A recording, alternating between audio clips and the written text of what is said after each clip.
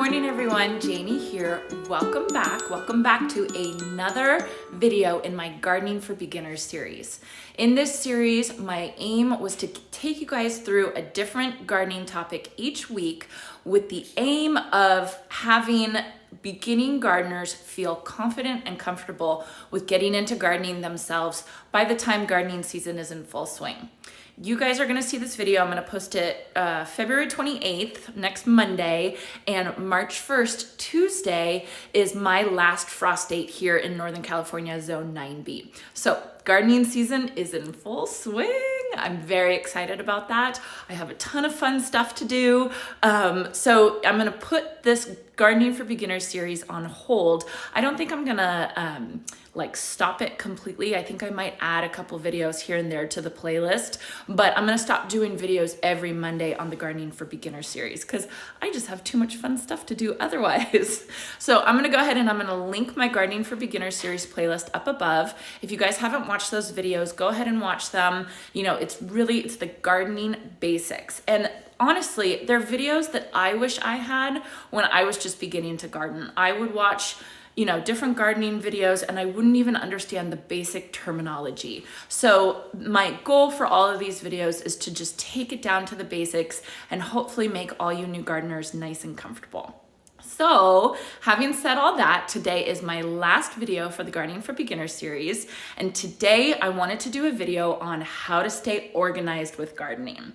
And I know that kind of sounds like a nerdy subject, but I am a self-identified plant nerd. I love the planting almost as much as I love the gardening and being outside. You know, it's fun during the winter for me to kind of plan my next year's garden. And you know, there are times that I do like to go outside and just do what speaks to me that day and just do, you know, whatever sounds joyful and everything like that. But then there are also times that I get stressed out that I missed out on a fertilizing schedule or missed out on a pest control schedule or anything like that. So I wanted to show you guys a couple techniques that I've learned and started implementing throughout my, you know, I've only been gardening for about 3 years, but you know, through my 3 years of gardening, the things that I have found that really have helped me out. So let me show you. Oh yeah, and you guys can see my kitchen looks like a jungle because today is houseplant watering day. And I thought it would be a really fun background just so you guys could see what my kitchen looks like on the days that I water my plants. All right, so the first topic I wanted to talk to you guys about organizing is keeping my cut flower garden organized. Now, I don't have a big cut flower garden. I consider it a hobby cut flower garden, or somebody on Instagram called it a micro cut flower garden, which I thought was really cute. It's only 10 by 20, so it's not very big, but my plan for this year is to do a seed succession, a planting succession, so I can get the most out of the small space that I can. And so to do that, you have to stay pretty organized so that you know when to sow certain, you know, seeds, and you know when to pull other plants and everything like that. So for my cut flower garden, I use two things that really keep me organized. One of them, let me turn the camera around and I'll show you. One of them is this, I think it's called the Deluxe Seed Saver Kit from Gardener's Supply. And I saw this, I used to keep all my seeds in just the boxes that I got from Johnny Seeds, and that just wasn't good. It wasn't organized or anything like that. So I decided to buy this, and I'm actually really happy with it. I leave it out on my seed starting station, and I think it just looks really, really pretty. And I think it's big enough that I don't have to stuff things in here, you know, and worry about losing things. So it has different compartments for it, and that's great. These are all my empty seed packets for when I harvest seeds. These are all my, you know, like big seeds from the hollyhocks and stuff like that. These are just a whole bunch of seeds that I have. And then the big thing I wanted to show you guys over in this section, these are the different successions that I have.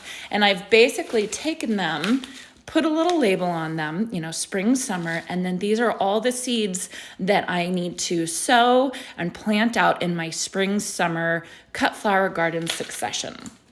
So I'm gonna show you guys my Google Sheets that I have for my cut flower garden, and it makes everything super organized. It's divided up. I'll show you guys a screenshot of that in a second. But basically each section on my Google Sheets corresponds to one of these rubber bands. And it just, it's not very pretty. It's not, I could have used dividers or stuff like this. But this to me with the rubber bands and the little Post-it note is the easiest way that I could stay organized with my cut flower succession. I even threw in, this is my first year, I'm really doing a vegetable garden. So I threw in my vegetables and all the vegetables I have planned. So when I go on my Google Sheets or when I go on my gardening calendar and I know that it's time to, oops. I'll get that in a sec. When it's time to sow, like a sunflower or a zinnia, here's a Benary's giant zinnia. I know I can just go into this section, grab the seeds that I need and sow them up, and I know where they are. So this whole little system has been super, super helpful for me. I'm sure it's just gonna keep getting filled up as I buy more seeds, and I'm sure you guys do the same thing, just buying more and more and more seeds. But I just love this little seed saver kit. So again, I got it from Gardener Supply, and I will link it down below. And I purchased this myself, you guys. Okay, so now the second technique that I use to keep myself organized for my cut flower garden specifically is my Google Sheets seed starting, or what is it? Seed Succession Plan 2022. I'll put it down below. I have another video and I'll link it up above, and that video I go into super detail about how I set up this seed succession calendar. And it has been amazing. I am so happy that I took the time to put all of this in. And basically what I did, I'll show you guys a screenshot right now. I'll put it up on the screen right now. But basically what I did is that I listed all the seeds that I was planning to plant in my cut flower garden, divided up into different successions. So, my winter, my cool flower method, my spring, summer, my summer, fall, and then I even did a bonus planting, which is just extra cut flowers that I'm gonna throw, in my garden in other areas, not exactly my cut flower garden. So it's divided up by months, and you basically just go to the month and then you can look at the date, and then I put on there when I need to sow the seed, when I need to transplant it. If it's just a solid color, then that's when I'm expecting for those flowers to be in bloom. So when I see a solid color on this planting calendar, I know that I'll have those blooms to choose from to cut and make beautiful bouquets. So this calendar was super helpful for me.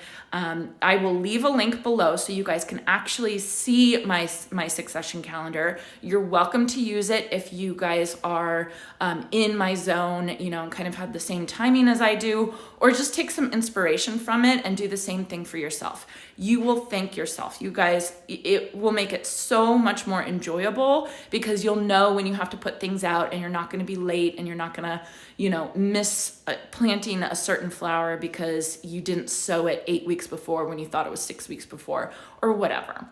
So those are my two techniques that I use to stay organized for my cut flower garden.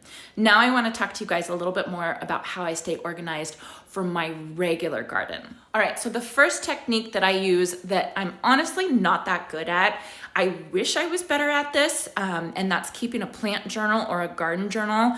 I have some of it, and basically my aim was every single time I purchased a plant, I was gonna put it in my phone under the notes section with the plant name, how much water it needs, when I need to prune it back, when I need to fertilize it, all that information, and then I would have it in one place.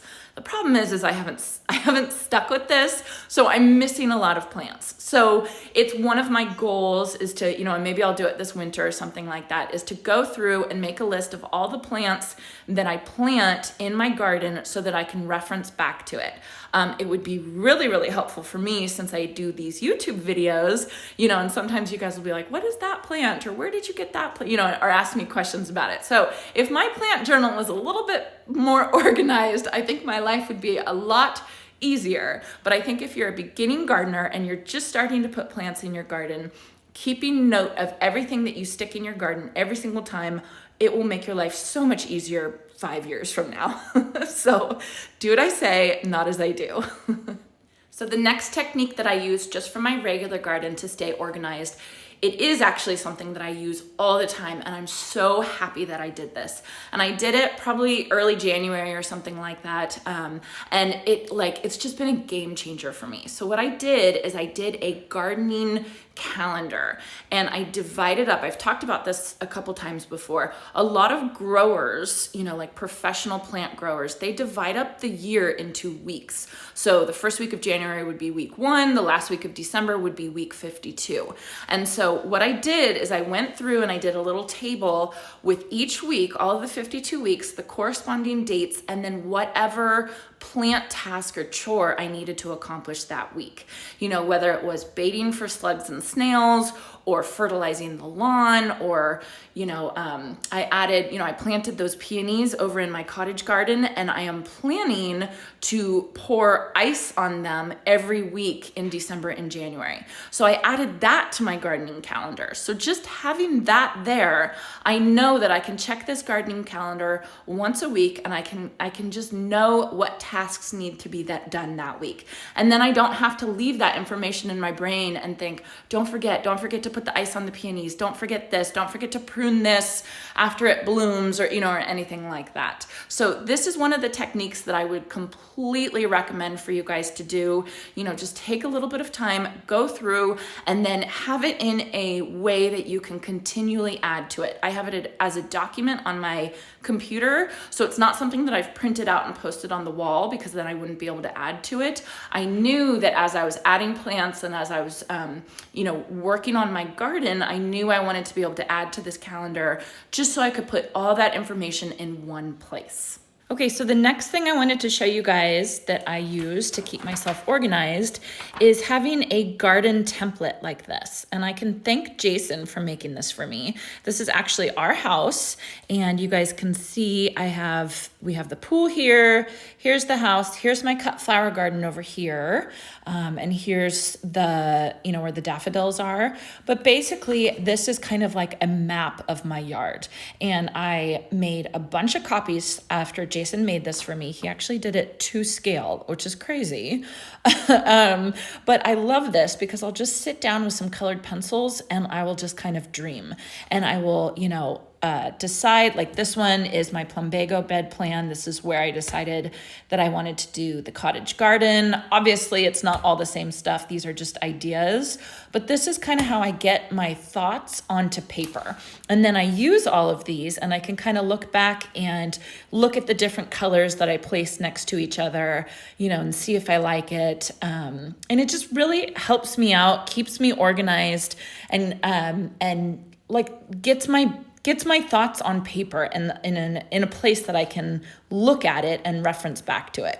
So what I will often do is I'll often get out my colored pencils, sit down with my daughters at the kitchen table, and just sit there and color. And it's so much fun. And they know I like coloring my garden and, my little garden plan. And it's just a really useful tool that I like to do to keep myself organized. So the last thing that I'll say, and this is a little bit drier, it just keeps me on schedule. I like to have a weekly schedule.